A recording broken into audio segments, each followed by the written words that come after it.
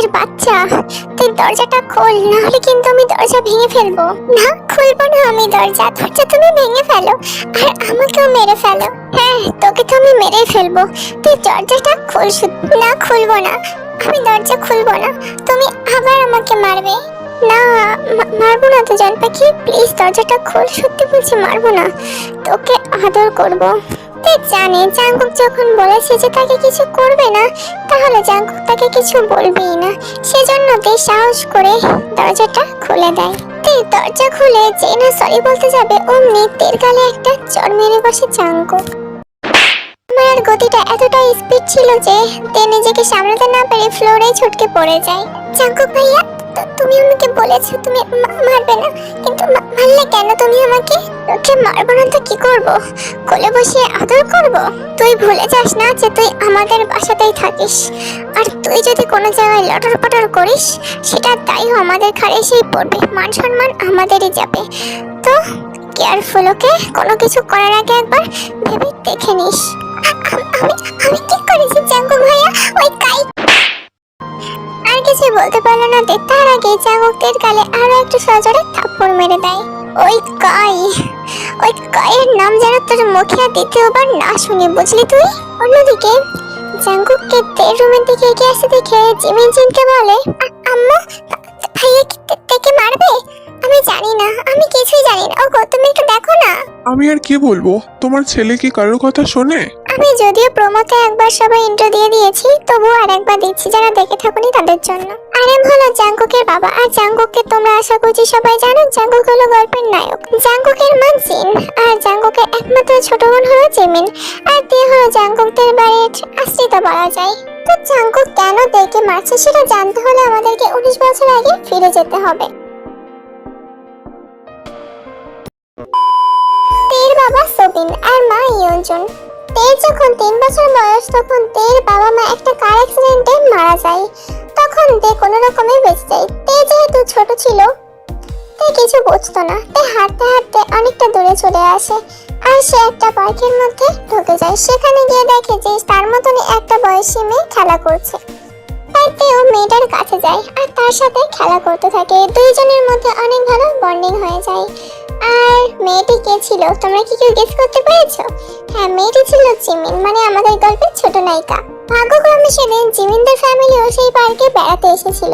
তারা অনেকক্ষণ ধরেই খেলা করছে। অনেকক্ষণ পর জিন যখন জিমিনকে নিয়ে সেখান থেকে গাড়িতে উঠে যায়, ঠিক তখনই জিমিন কান্না করতে শুরু করে। মাম্মা, তোমার কি হয়েছে?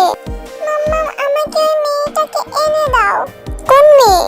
তখন জিমিন গাড়ি থেকে নেমে তের কাছে আসে আর দেখে দেখে বলে, মাম্মা, এই মেয়েটাকে আমার সাথে নিয়ে চলো না প্লিজ। জিন আশেপাশের দিকে তাকিয়ে দেখে যে সেখানে কেউ নেই। জিন তেকে গাড়িতে তুলে নিয়ে তাদের বাসায় নিয়ে আসে আর এই মেয়েটিকে দেখে বলে, এটা কার মেয়ে, কি নাম, কোথায় থাকে কিছুই জানি না, এই মেয়েটিকে তুমি কেন এনেছো? আমি জানি না, আরে মেয়েটা মনে হয় হারিয়ে গেছে। তাহলে তো আমাদেরকে একটা মিসিং ডায়েরি করতে হবে। তুমি তাহলে যাও। আর এই মিসিং ডায়েরি করে, কিন্তু তের কোনো খোঁজ মেলে না সেখান থেকে। ফি জাঙ্কুকদের বাড়িতেই থাকতে শুরু করে। জিন তেকে অনেক আদর করতো, অনেক ভালোবাসতো, সেটা জাঙ্কুকের সহ্য হতো না। সেজন্য জাঙ্কুক বিকে সহ্য করতে পারতো না, অনেক মারধর করতো। সেজন্য আরেম আর জিন মিলে ঠিক করে যে জাঙ্কুককে আর এখানে রাখা যাবে না। তাই তারা জাঙ্কুককে ইউএসএ পাঠিয়ে দেয়। জাঙ্কুক ইউএসএ চলে যাওয়ার পর এরই মধ্যে কেটে গেছে প্রায় 18টা বছর। তে 18 বছরের মধ্যে না জাঙ্কুককে কখনো দেখেছে, না জাঙ্কুকের সাথে কখনো কথা বলেছে। এই তো 6 মাস হলো জাঙ্কুক বাসায় এসেছে, আর তখন থেকেই তো জাঙ্কুকের তের উপর নির্যাতন শুরু হলো। এমনকি জাঙ্কুক যখন প্রথম বাড়িতে এসেছিল সেই দিনের কথা বলি। ওগো শুনছো? বলছি বাজারে যেতে হবে, আজ অনেক বাজার নিয়ে আসবে। আজ আমার ছেলে আসবে, আমি আমার ছেলের সব পছন্দের রান্না করব আজ। আরিয়ান তো বাজারের লিস্ট থেকে পুরাই অবাক। জিন, এত এত বাজার কে খাবে? তোমার ছেলে এত খাবার খেতে পারে? আরেমের বাচ্চা, তুমি বাজারে যাবে হ্যাঁ কি না? জিন কথাটি বলতে আরেম বাজারে চলে যায়। তো চলো আমরা তের রুমে কি হচ্ছে সেটা একটু দেখে আসি। তে, আজকে ভাইয়া আসবে। কে? সুগা ভাইয়া? তোমাদেরকে আগে থেকে একটা কথা বলে রাখি, সুগা কিন্তু জিমিনের উঠবি হাজবেন্ড। আর জাঙ্কুক বিশেষ করে বাড়িতে আসছিল জিমিন আর সুগার বিয়ে আজ 5 তারিখ, আর সুগা আর জিমিনের বিয়ে পরের মাসের 18 তারিখ। এর কথা শুনে জিমিন বলে, আরে না, আমার ভাইয়া, আমার জাঙ্কুক ভাইয়া। জাঙ্কুকের নাম শুনে তের যেন শরীরে কেমন একটা কাটা দিয়ে উঠলো, কেন সেটা তে নিজেও জানে না। জিমিন আর তে টুকিটাকি কথা বলছিল, ঠিক তখনই গাড়ির হর্নের আওয়াজ পেয়ে জিমিন বলে, ফি, জাঙ্কুক ভাইয়া মনে হয় চলে এসেছে, চল নিচে যাবি না? না রে, আমি যাব না, তুই যা। আচ্ছা ঠিক আছে, তুই পরে আসিস, আমি এখন যাই। জিমিন নিচে আসে, এসে দেখে যে ওটা জাঙ্কুক না, ওটা সুগা। আরে সুগা, তুমি কেন? আমি আসতে পারি না? হ্যাঁ পারো, অবশ্যই পারো। আমি আসলে ভেবেছিলাম জাঙ্কুক ভাই এসেছে আর কি। জাঙ্কুক চলে আসবে কিছুক্ষণের মধ্যে। আরে সুগা বাবা, কখন এলে? এই তো আন্টি, এখনই। ও আচ্ছা, এই জিমিন, সুগাকে ঘরে নিয়ে যা, ওর চোখ মুখ দেখে মনে হচ্ছে অনেক টায়ার্ড। যাচ্ছি আম্মু। জিমিন সুগাকে নিয়ে উপরে চলে যায়। জিমিন যখন সুগাকে নিয়ে উপরে চলে যায়, ঠিক তখনই নিচে থেকে আবারও গাড়ি হর্ন শুনতে পেয়ে জিমিন বলে, আমার জাঙ্কুক ভাই মনে হয় চলে এসেছে। জিমিন নিচে চলে আসে। হ্যাঁ, এবার সত্যি জাঙ্কুক এসেছে। জিন আনন্দে আত্মহারা হয়ে যায়। জিন জাঙ্কুককে গিয়ে জড়িয়ে ধরে বলে, বাবা তুই এসেছিস, আমি তোর অপেক্ষায় করছিলাম। জিমিন, দেখ তোর ভাইয়া এসেছে। হ্যাঁ মো, আমি এসে গেছি। কোথায় ভাইয়া, কোথায়? কি রে ভাইয়া, আমাকে কি চিনতে পারছিস? হ্যাঁ, তোকে চিনবো না? তুই তো আমার সেই শাকচুন্নি পেতনি মার্কা বোন। ভাইয়া, তুই এটা বলতে পারলি? আমি না তোর ছোট্ট একমাত্র বোন। ওলে বাবালে, আমার বোনটা কি রাগ করেছে? না না, রাগ করেনি। এই তুই যে আমাকে আদর করে দিলি, সব রাগ ভেঙে গেছে। আমার বোন দেখছি বড়দের মতো কথা বলছে। তোরই তো বোন। যাই হোক, বাদ দে। তে কই? ওকে ডাক, আর ওকে বল যে জাঙ্কুক এসেছে তো। হ্যাঁ মো, ওকে বলেছি, ও বললো শরীরটা খারাপ লাগছে তাই আর কি। এই তেটা কে আম্মু? তুই চিনিস না থেকে? আরে ওই মেয়েটা যাকে আমরা পেয়েছিলাম। জাঙ্কুক তের কথা শুনে সেখানে আর দাঁড়ায় না, সে তার রুমে চলে যায়। যেতে যেতে গিয়ে কারো একসঙ্গে ধাক্কা লাগে, মেয়েটি পড়ে যাচ্ছিল। তখনই জাঙ্কুক মেয়েটির কোমর ধরে ফেলে। জাঙ্কুক যখন মেয়েটিকে ধরে ফেলে, দুজনেরই আই কন্ট্যাক্ট হয়ে যায়। তাদের দেখে মনে হচ্ছে যেন তাদের সুদৃষ্টি হচ্ছে। জিন তাদের দেখে বলে ওঠে, আরে তে, তোর লাগেনি তো? জাঙ্কুক, তোর লাগেনি তো? জাঙ্কুক তের কথা শুনে জাঙ্কুক তের কোমর ছেড়ে দেয়, আর তে তরম করে নিচে পড়ে যায়। তে পড়ে যাওয়ার সাথে সাথে হঠাৎ করে চিল্লিয়ে উঠলো, ও মা গো, মরে গেলাম। জিনাম্মু, এই ছেলেটা কে গো? আমাকে মেরে ফেললো, আমার কোমর।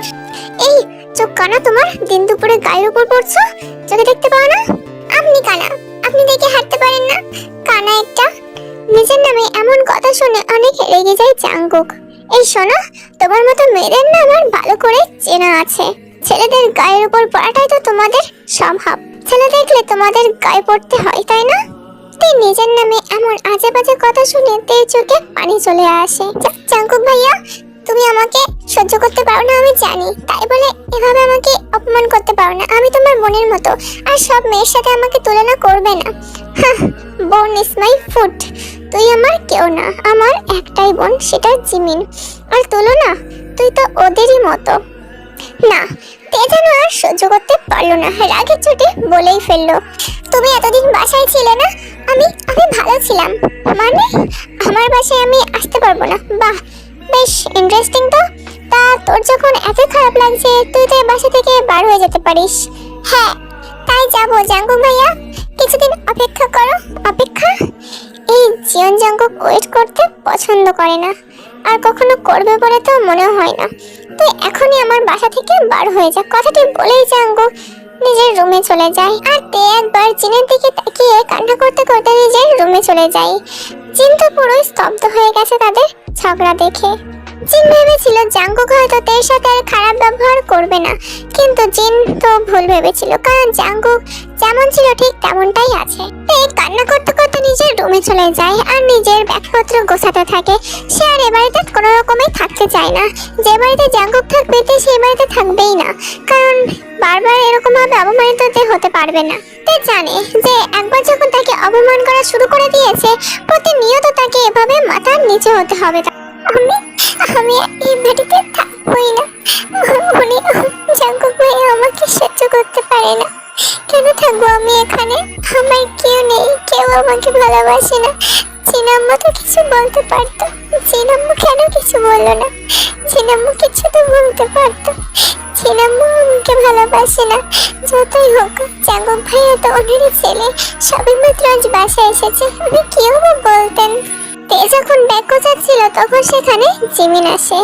জিমিন দেখে তার কাপড় চোপড় সব গোছাতে দেখে জিমিন উত্তেজিত হয়ে বলে, তে কি হয়েছে তোর? কি হয়েছে আমাকে বল। ভাইয়া কিছু বলেছে? বোন আমার, বল আমাকে কি হয়েছে? তুই ব্যাগ গোছাচ্ছিস কেন, কাঁদছিস কেন? শোনা, বল আমাকে কি হয়েছে তোর? এরকম করিস না, তুই কাঁদলে আমারও কষ্ট হয়েছে। কি হয়েছে আমাকে বল। জিমিন, আমার কিচ্ছু হয়নি, আমি এখানে থাকতে চাই না জিমিন, আমি আর বাঁচতে চাই না। আমি এতটাই খারাপ জিমিন। আমার মা বাবা আমাকে কেন না নিয়ে চলে গেল? একা কেন আমাকে রেখে চলে গেল? তুই বল, ওনারা কোথায়? আমি তো জানিও না ওনারা আদৌ বেঁচে আছেন কিনা। আমি কোথেকে এসেছি, আমি কে তোদের? তোরা আমাকে এত আগলে রেখেছিলি এতদিন, কিন্তু আমাকে এখন যেতে হবে জিমিন। আমি এখানে থাকতে পারবো না। তোর ভাই আমাকে সহ্য করতে পারে না, আমি কি করে থাকবো ওনার সামনে? তুই ভেবে দেখ আমার কথাটা একবার, আমি এখানে থাকতে চাই না। প্লিজ আমাকে ছেড়ে দে জিমিন। আর তোরা ভালো থাকিস, আর সুগা ভাইয়ের সাথে তো তোর পরের মাসে বিয়ে আছে, তোরা ভালো থাকিস। Advance happy married life Jimin. আর আমাকে একটু হেল্প করতে পারবি? আমাকে কিছু টাকা দিতে পারবি? আমার কাছে তো আপাতত কিছু নেই, কিছু না নিয়ে আমি তো এখান থেকে যেতে পারবো না। আমাকে কি 1000 মতো টাকা দিতে পারবি জিমিন? এই তুই বললে আমি আমার জীবনটা তোর জন্য দিয়ে দিতে পারবো। তুই চাস না? প্লিজ দে, প্লিজ চাস না, আমার তোর জন্য অনেক খারাপ লাগবে।